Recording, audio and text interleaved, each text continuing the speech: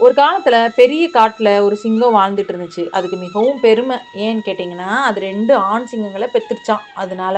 அது போய் தன்னுடைய ஃப்ரெண்டான முயல்கிட்ட போய், "என்னோட வம்சம் மிகவும் வலிமையானது. பாத்தியா, நான் 2 ஆண் சிங்கங்கள பெத்திருக்கேன்" அப்படின்னு சொல்லுச்சு. ஆனா, அந்த நேரத்துல அந்த முயலுக்கு 2 பெண் குட்டிகள் பிறந்திருந்துச்சு. சிங்கம் சும்மா விடல. அத பார்த்து கொஞ்சம் சீண்டி, சிரிச்சு, "ஐய்யய்யோ! உனக்கு பெண் குட்டிங்களா?" அப்படின்னு சொல்லி கிண்டல் பண்ண ஆரம்பிச்சது. அத அமைதியா கேட்டுக்கிட்டு இருந்த அந்த முயல் சிரிச்சுக்கிட்டே, "குட்டியில என்ன ஆண், பெண்ணுன்னு? நமக்கு தானே பிறந்துச்சு. அத பத்திலாம் கவலைப்பட மாட்டேன் நானு" அப்படின்னு சொல்லிட்டு போயிருச்சு.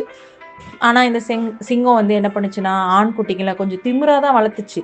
"நீங்க சிங்கங்க, யாருக்கும் அடிபணிய தேவையில்ல" அப்படின்ற மாதிரி. அதுக்கு பொறுப்பு, அன்பு, பரிவெல்லாம் சொல்லிக் குடுக்கவே இல்ல. அதே நேரத்துல முயல் தன் பெண் குட்டிகளுக்கு சிறு வயதிலிருந்தே சொல்லிக் குடுத்துச்சாம். யாருக்கும் உதவ வேண்டும், பெரியவர்களை மதிக்க வேண்டும், வாழ்க்கையில அன்பால் தான் அழகாகும். பல வருடம் கழிச்சு ஒரு நாள் அந்த சிங்கம் வயதாகி உடம்பு சரியில்லாம போச்சு. அந்த நேரத்துல அந்த 2 ஆண் சிங்கங்களையும் கூப்பிட்டு, "உதவி பண்ணுங்கப்பா, என்னால பலவீனமா இருக்கேன் நானு.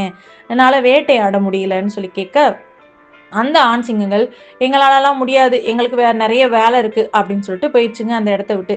அத தூரத்துல பார்த்துட்டு இருந்த முயல், அதோட பெண் முயல்களும் உடனே ஓடி வந்து தண்ணீர் குடுத்து, உணவு குடுத்து, அதுக்கு ஆதரவா நல்லா கவனிச்சுக்கிட்டாங்களாம். கொஞ்ச நாள்லயே அந்த சிங்கம் படுத்த படுக்கையா இருந்தது. கொஞ்சம் எந்திரிக்க ஆரம்பிச்சு அழுதுச்சாம். அழுதுட்டு சொல்லுச்சாம், "நீ சொல்றது தான் கரெக்ட்டு. ஆண் குழந்தைங்கள்லாம் ரொம்ப பெருசுன்னு நெனச்சேன். அது தப்பு. பெண் குழந்தைங்க தான் பெருசுன்னு" சொல்லுச்சாம்.